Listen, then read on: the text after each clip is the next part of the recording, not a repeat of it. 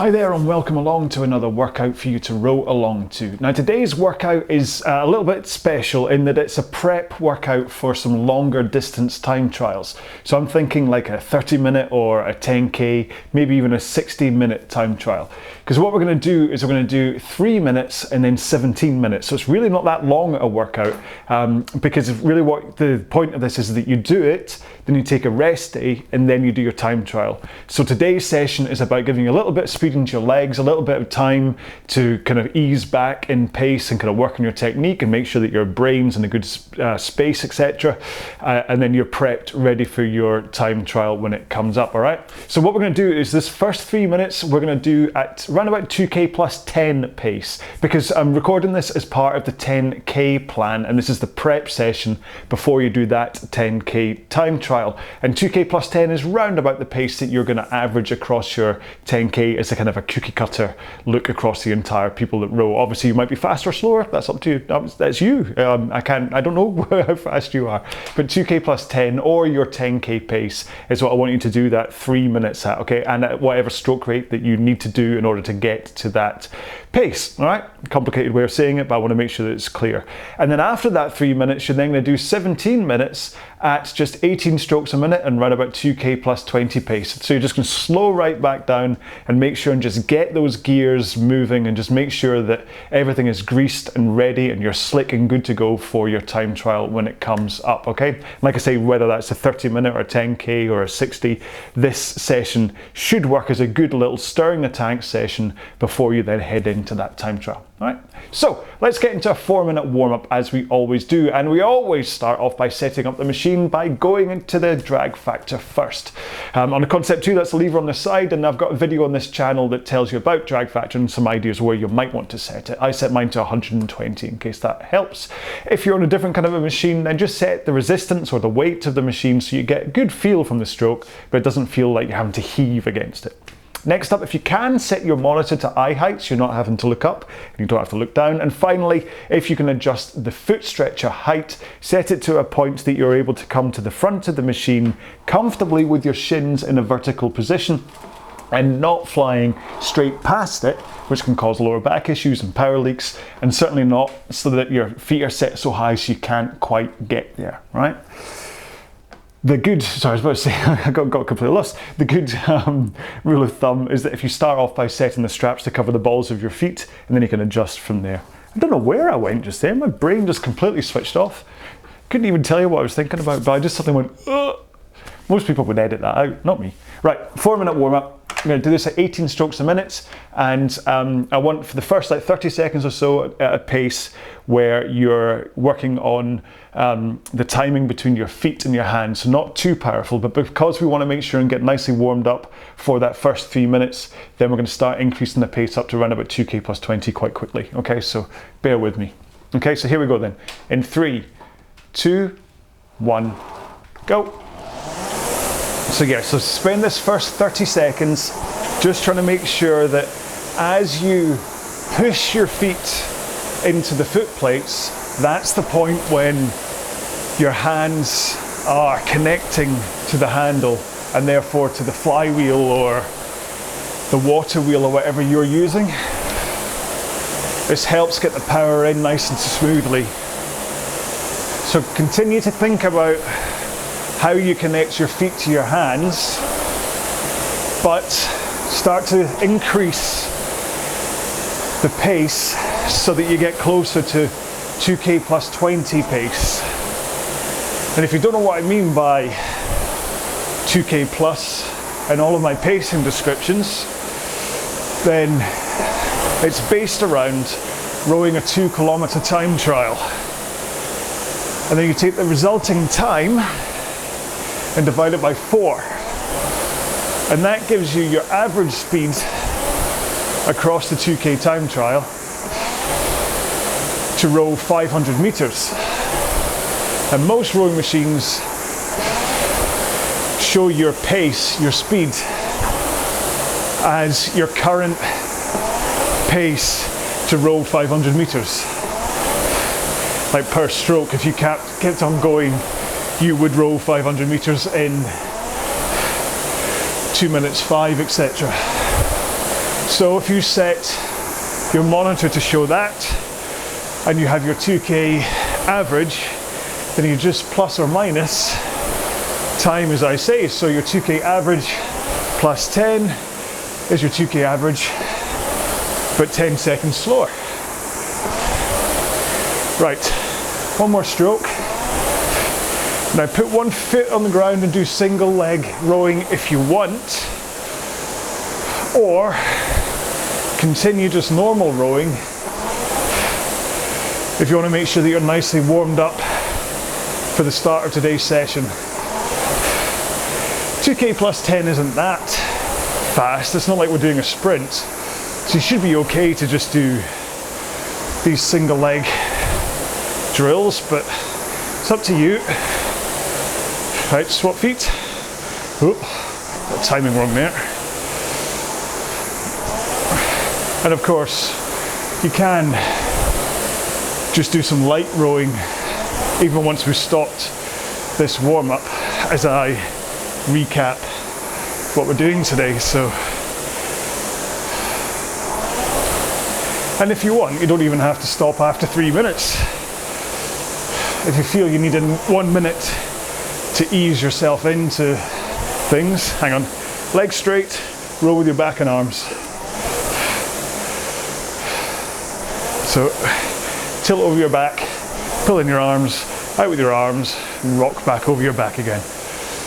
Yeah, if you want to take a minute to ease yourself into today's session and then row the 3 minutes, then do 16 minutes easy, that's okay. I'll let you do that. Okay, roll to the front of the machine, forward lean, arms straight, and just press out from the front. Try to hold that forward lean and arms straight the whole time. Try not to swing into that backward lean, so don't press too hard with your legs. You're just trying to get used to this position, driving out from the front of the machine, holding this position and not swinging back too soon. 2 more. 1 more. That's just done with the warm-up. Sorry, I started to cram in extra info during that warm-up that I really shouldn't have been trying to cram into the warm-up.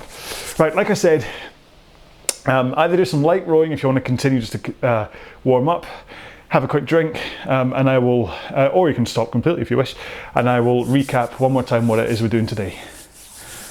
Okay then, so today's session is like a prep, stir the tanks workout to get you ready for one of the slightly longer time trials. Maybe 30 minutes, maybe a 6K as well, but 30 minutes, 10K, maybe 60 minutes. This will work well because it'll just give that a little bit of a zing in your legs before you have a rest day and then you get into the main time trial, okay? So it's a really good one to do just to get you ready for that, if that's what you're going to do. So what we're going to do is we're going to do 3 minutes at 2K plus 10 pace and at round about your 10K stroke rate as well, or whatever stroke rate gets you up to 2K plus 10.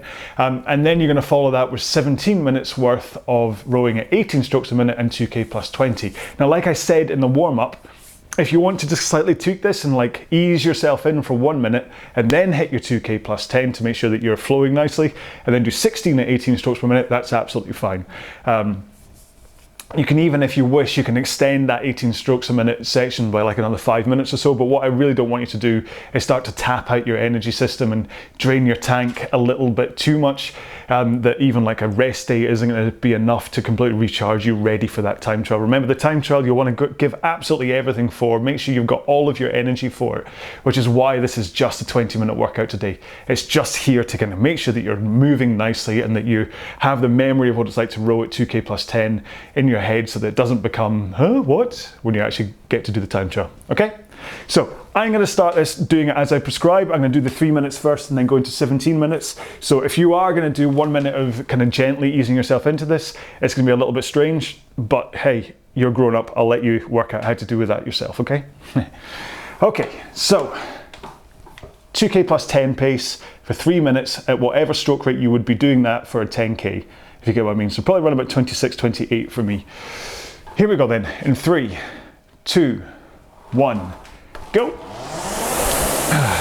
So remember, pace is a combination of stroke rate and leg power. which actually is really well revealed when you start something like this, where your first few strokes, as you get the flywheel moving, you push really hard with the legs to get things going, and then as you settle in to the effort and the intensity, you then ease back off the leg power a little bit and then up the stroke rate. So I started this around about 22, 23 strokes a minute, and then as I eased off the power from the legs, I've up-rated to 26, 27.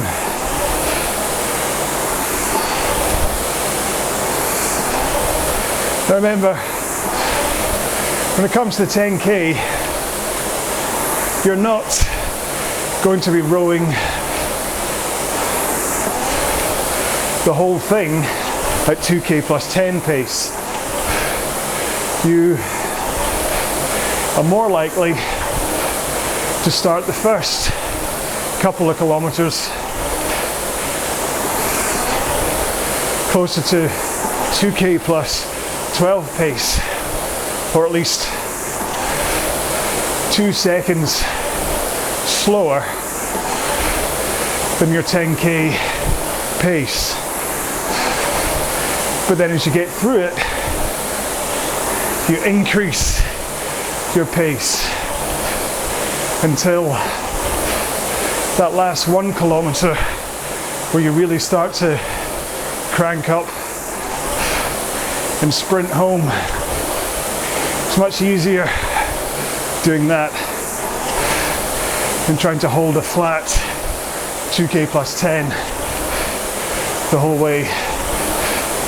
Okay, just got 15 seconds or so to go, and then we can ease right back. 2 more strokes for me, 1 more, and back down to 18s. Now you should have just crossed the threshold within those 3 minutes of leg burns a bit high, but that zing of effort when you've kind of used up, well, I guess it'd be ATP, but you got those first sensations of your muscles working and it being a good amount of effort. Hopefully as you got to that 3 minutes, that sensation would have kicked in, but hopefully not for too long. So that gives your muscles and your body a memory of what it's like to row at that intensity, but not so much that, like I say, you started to dip into your energy resources too much. Remember, I've taken over the past few sessions, I've taken to describing your energy system like a big bowl of power, big bowl of available energy. And what you're trying to do when training is increase the size of your bowl so that you have more energy. That's where your fitness comes in. But also how you use that energy. And that's about the strength of your body, but also the efficiency of how you row. And that's partly to do with your own understanding of your body, so you know what you're capable of. Because just because I can row 500 meters at 1 minute 30 pace, I know that that's all I can row at that pace. That there's no way that I could sit down and row a 6 minute 2K. I know my body well enough that I know how to pace myself. And that's kind of how you pacing really for a time trial, is knowing how to use your available bowl of power across the entire row at its most efficient way. So I'm thinking of a better word than way there, but I couldn't think of it. But in a 2K time trial, that means that you're going hard and fast, and you're trying to work out how to use all of your bowl of energy as quickly as you can without running out by the end of the row. So you'll find that people who aren't used to pacing themselves for a 2K will go out really hard, really fast, and basically they'll burn right through like half a tank of their energy within the first 500 meters. And then they suddenly realize, hang on, I've still got 1500 meters to go. I've only got half a tank of fuel. And so inevitably they have to slow right down in order to complete the row. There's been a really inefficient use of the power and fitness that they have. Whereas, if you know your body and what you're capable of, which comes from training through, well, training plans basically, then you have a better idea of how to pace yourself for whatever row you're doing. And there's various different ways to look at that. Like a 2K, you might want to start at 2K minus 1 and then slow down to 2K plus 1 and then increase for the last 500 meters to 2K minus 1 and faster. Or on the 10K, this is why I'm talking about this. It's a very long-winded way to get to here. On the 10K, even though you know your average is 2k plus 10, starting right from the top at that pace, you may find that you burn through your bowl of energy too quick, because it's not very efficient speed to be rowing at. And then you get about 5k into it and you have to slow right down. Whereas if you start your 10k around about 2k plus 12 and then stick to that for the first 2 kilometers or so, and then gradually increase your pace every 500 meters. By the time you hit, say 1500, maybe even 2000 meters to go, you should have pretty much caught up with any time that you had lost from starting slower. Might still be 1 or 2 seconds off,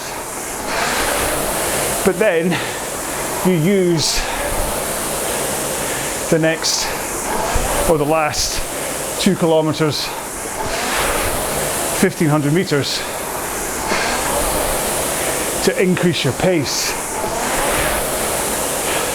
And hopefully, because you've been more sensible about your starting pace,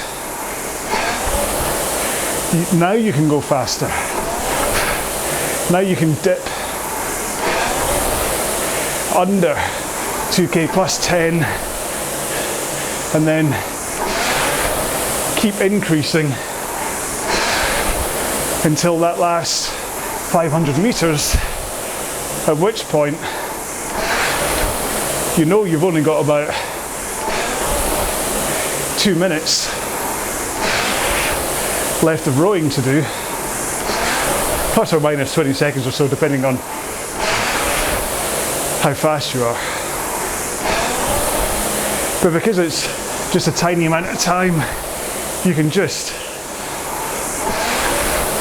increase the pace,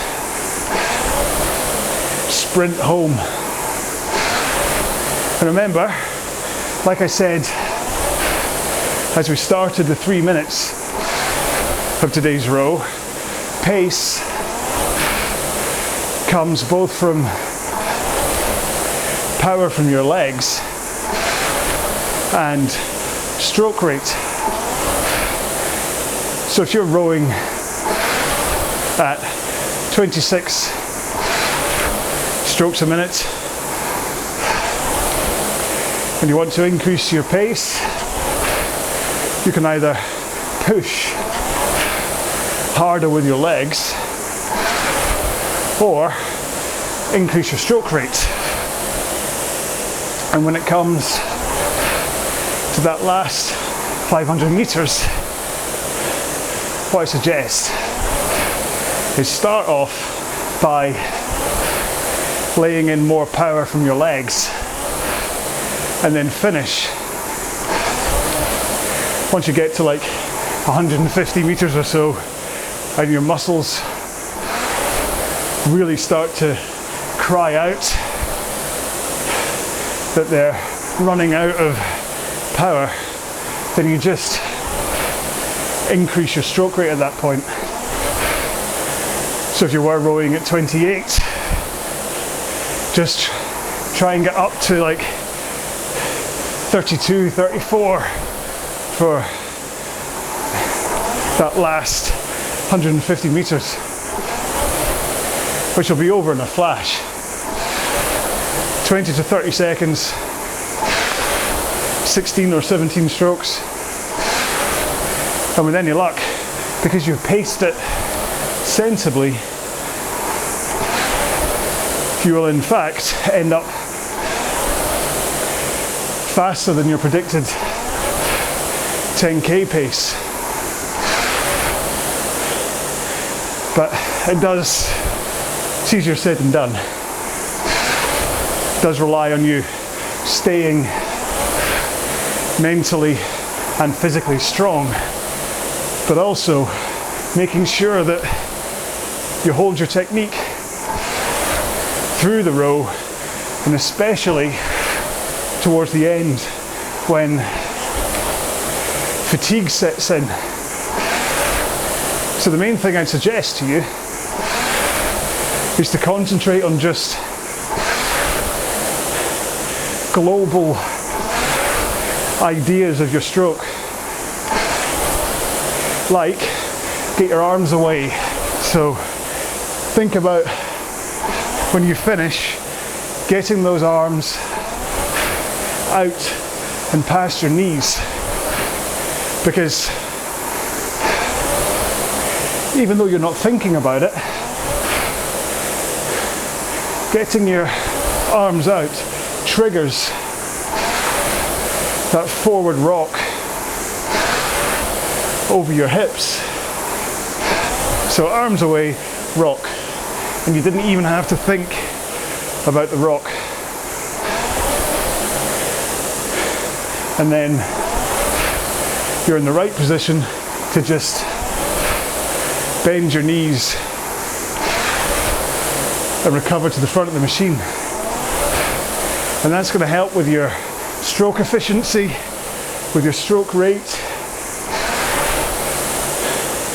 the concentration on something other than pace or worse, how tough it's feeling, will help. Or you can think about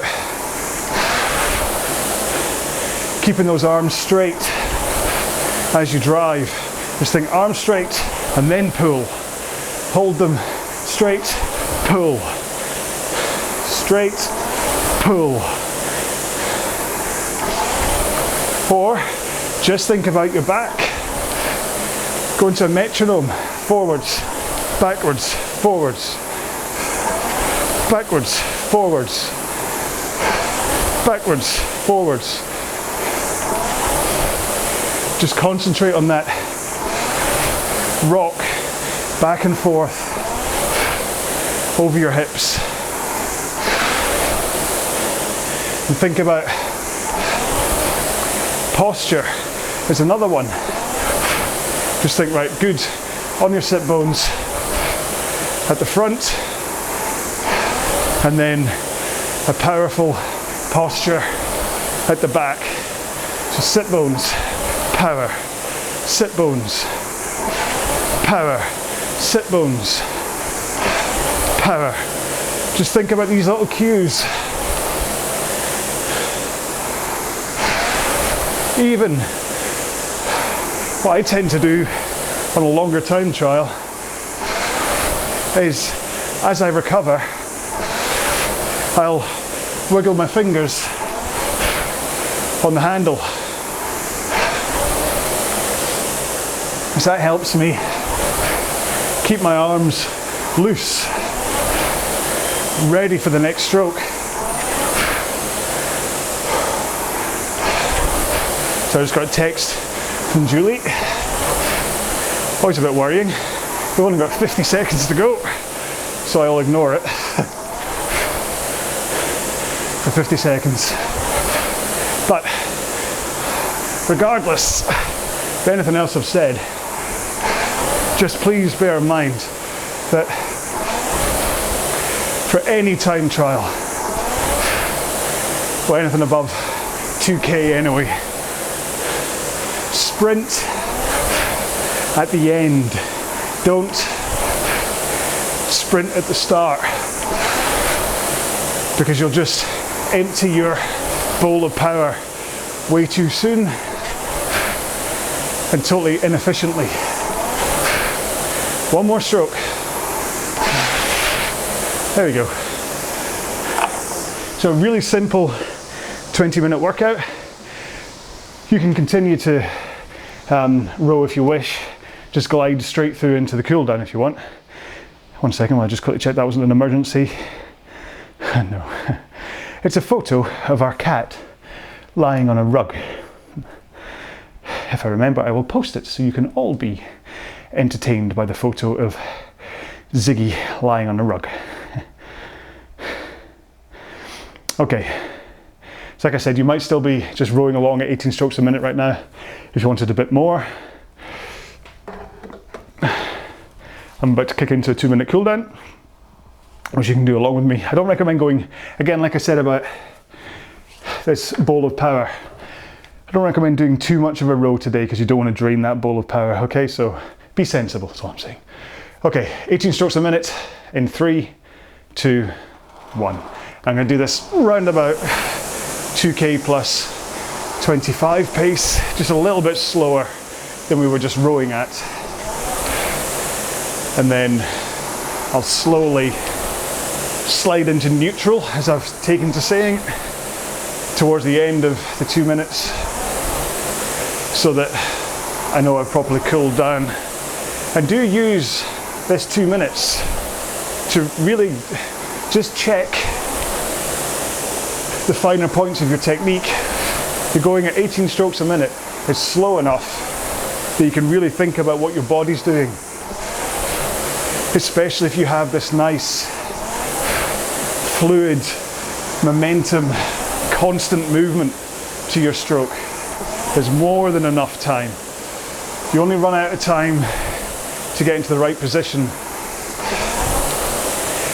at 18 strokes a minute if you're doing something weird like holding it and then moving, then rolling, and then you're like, oh, I've run out of time, oh, wait, oh no. Okay, so really try and think about everything just flowing into each other. That's why I'm so keen on talking about this arm bounce, that the handle comes in and then you let the natural springiness of your arms and back send the handle, or start to send the handle back out in front of you again. Arm bounce, baby. Okay, so I'm nicely slowing down at 2k plus 30, 32. So like I say, as I come in to slide into neutral. 2 more. 1 more stroke for me. Again, you can continue to cool down, and I mean like low level rowing, nowhere near 2k plus 20. Continue to do that while I sign off, or you can jump off the machine, have a quick stretch, pack up your stuff while I sign off. I'll try and be quicker today. I know I tend to, at this stage, it's normally when all the things I should probably have said during the row rather than just technique, they all come tumbling out of my mouth. And that's why I talk about cake and Dead Mouse and Van Halen and stuff. So anyway, and beards. It's coming on nice, isn't it? It's the 22nd, 21st? I can't remember today. So we're almost at Halloween. I almost get a chance to shave it. And I can do my Wolverine impression, and then we can all go, ha ha ha, what a jolly jape. And then move on with our lives, move on with our beard. So the downside is that I've got to re-record a couple of the sessions for the 10k plan. Just either, there was one that the 40-minute push pace I skipped just because I was running out of time, and there was one in week 7, or was it week 8 session 1? I can't remember. I think it was week 8 session 1, wasn't it? When the camera messed up, so I got to redo that one as well. But I can't do them because I don't want to have a out of place beard. But then if I don't, it's all very confusing. See, this is the problem, continuity, beard continuity. But that'll be the hashtag, if I can work out to spell it. Beard continuity. Hashtag beard continuity. That'll be today's hashtag, just to prove you got this far into the row.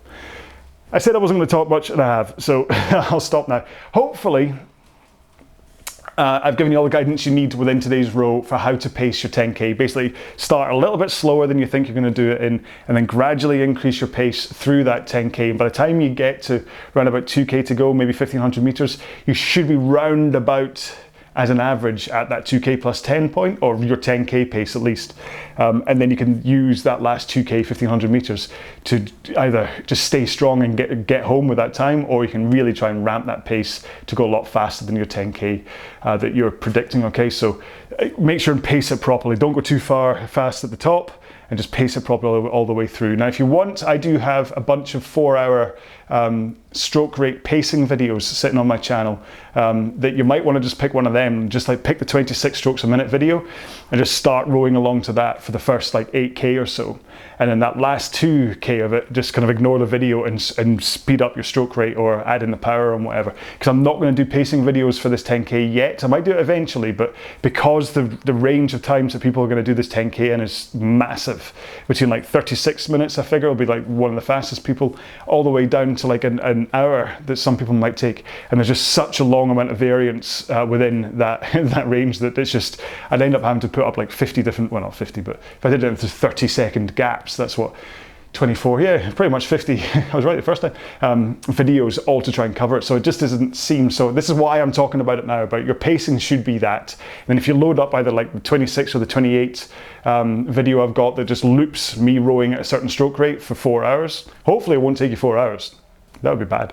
Then you can use that to just kind of, almost like marathon runners have a have a pacer that they run with, and then they kind of boost off on their own. That's kind of what you have to do here. So stick on some music, watch me rowing, think about your pace plan, and then just bash out that 10k. And of course, let me know how you do. So this was 10k week 8 session 3. 10k week 8 session 4 is your time trial, which there isn't going to be a video for, and then 10k week 8 session 5 will then be your little recovery row off the back end of that. Okay, so I mean, listen, if I get enough requests for it, I'll do a 10k pacer video, but I just think it's going to be so hard to try and make these fit people that it's easier just to use these pacer rows. That's all I'm saying. Right, sorry, I'm talking. So thank you so much for sticking with this plan up until this point. I hope that did exactly what it should. You should, like, especially now, after like a couple of minutes of talking, you should feel completely fresh and almost like you could do that entire session again. And that's perfect, because what it means is that you've got your body prepped, ready, firing to go. A rest day tops up your tank of power, your bowl of power, and then you're able to hit the time trial. So good luck with it. Let me know how you get on. Leave it either in the comments to this row or in the comments to the recovery row for session 5. Just make sure and pace it well. Sprint at the end, not at the top, okay? Look after yourself, stay safe, be well, bye-bye.